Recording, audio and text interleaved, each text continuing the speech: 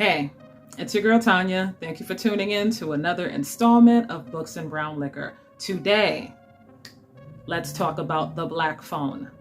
Woo! Let's talk about The Black Phone. So this is how much of a book nerd I am, okay? The movie is out. I was hanging out with some friends, and we were about to watch The Black Phone on bootleg. Don't ask me how. But the movie's coming on. And then I see in the corner of the screen, based off of the book, The Black Phone by Joe Hill. I'm like, wait, there's a book? I didn't know there was a book. I can't watch this. They're looking at me like I am crazy. They're like, what do you mean you can't watch it? I'm like, I cannot watch this. I have to read the book first because I'm a book nerd. For those of you book nerds who can relate, I salute you. Okay? So I find the book, The Black Phone by Joe Hill, also known as Stephen King's son. The Black Phone. It is a book of short stories, right? And The Black Phone was probably one of my favorites, right? But The Black Phone by Joe Hill, also known as Stephen King's son. All right. So I like these stories. I'm not really a big fan of short stories, but I can dig it if it's done right. If it's done right, I can dig it. And these short stories, I wasn't in love with every single one, but most of them were pretty good. I'm not going to get into each and every short story, but let's just talk about a few. I have to before I get to The Black Phone. Joe Hill's writing, what I can honestly say, I've never been able to predict a Joe Hill ending. He has a way of writing that draws you into where like your main character kind of goes into a normal situation, and then like by the time you realize the danger is there, you're like, oh shit, I'm in danger. Like it catches you off guard. So like I said, I've never been able to predict a Joe Hill ending. So like father, like son, he clearly got the gift. Okay, I enjoy his books very much. Sorry, XRP is up, by the way. Anyway, for those of you that invest in crypto, XRP is up. Anyway, so one of the stories I wanted to talk about was absolutely disgusting. It's called Cockroaches, or Cockroach. It is a story about a boy.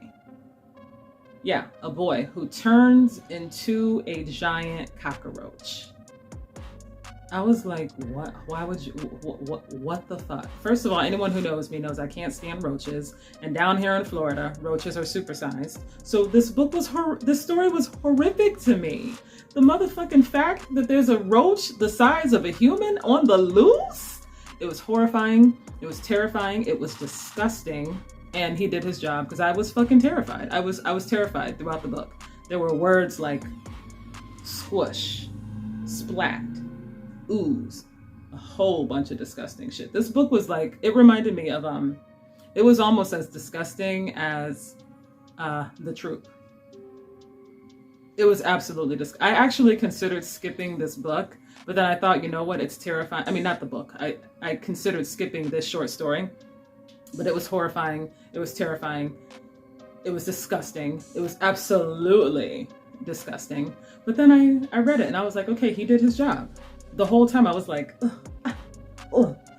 And I'm not gonna lie, there was a point where I was like, why would you write a story like this? He must have been smoking a doobie. It does not make sense. Who comes up with this shit?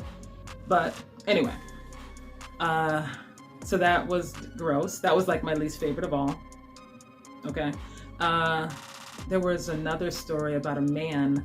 I'm not gonna give it away, but he kind of goes into a normal scenario.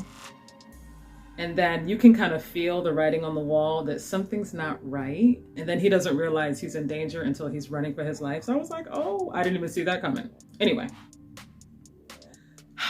let's get to The Black Phone, which was one of my favorites out of all the short stories. The Black Phone. The Black Phone follows a young man by the name of John Finney. And it takes place in Colorado. And in Colorado, young boys are disappearing left and right. There is a man going around kidnapping kids.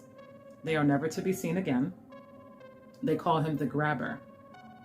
So John Finney has an encounter with the kidnapper, and next thing you know, he wakes up in a basement, locked in a basement, knowing that all the kids before you have never been seen again. I cannot think of a more terrifying scenario than to wake up in a basement of a serial killer knowing that your ass is next. Okay? So, a lot of times you hear about kids being kidnapped, or you see it like on the news, like John Wayne Gacy, 30 bodies found under his house.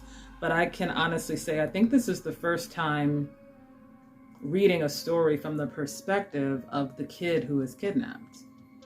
And this brings me like to my youth. When I was a kid, one of my worst fears was being kidnapped. I grew up in the 80s, and the story of Adam Walsh was all the adults were talking about in the early 80s. Adam Walsh was a young man. He was kidnapped, never to be seen again until they found his body.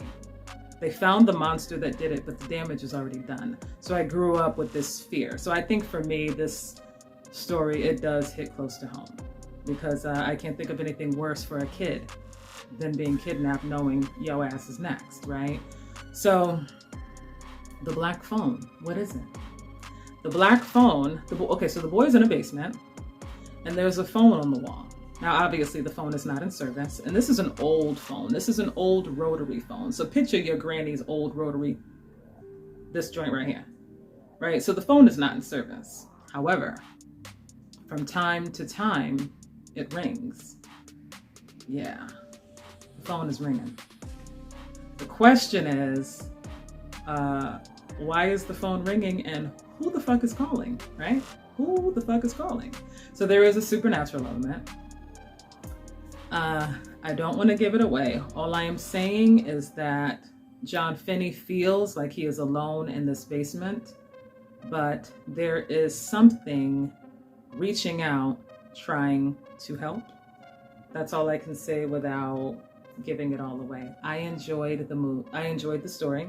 And yes, I did go see the movie after reading the book, because I'm a big book nerd. I have to read the book first. I will say I did enjoy the movie as well. The movie did not disappoint. A lot of times when you read the book, the movie sometimes it falls off. I heard a lot of mixed reviews about the movie not being good. I personally enjoyed it. I really, really felt for this character because his fear was real. The guy that kidnapped him was an absolute psycho. You would have to be to kidnap and kill kids.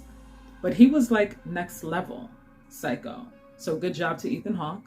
I'm convinced you do psycho well. You do crazy real good. So the black phone. I liked it. I enjoyed it. I recommend it. And the other short stories, by the way, me and these bangs. It was originally called 20th Century Ghosts, and then the book was reprinted to be called The Black Phone, I guess to match the marketing with the movie or whatever. That's how I figured it out in my head. Anyway, I enjoyed it. The other stories in the book were pretty good too, except for that cockroach bullshit. That shit was just gross. I'm convinced he was smoking a doobie. Other than that, I enjoyed it.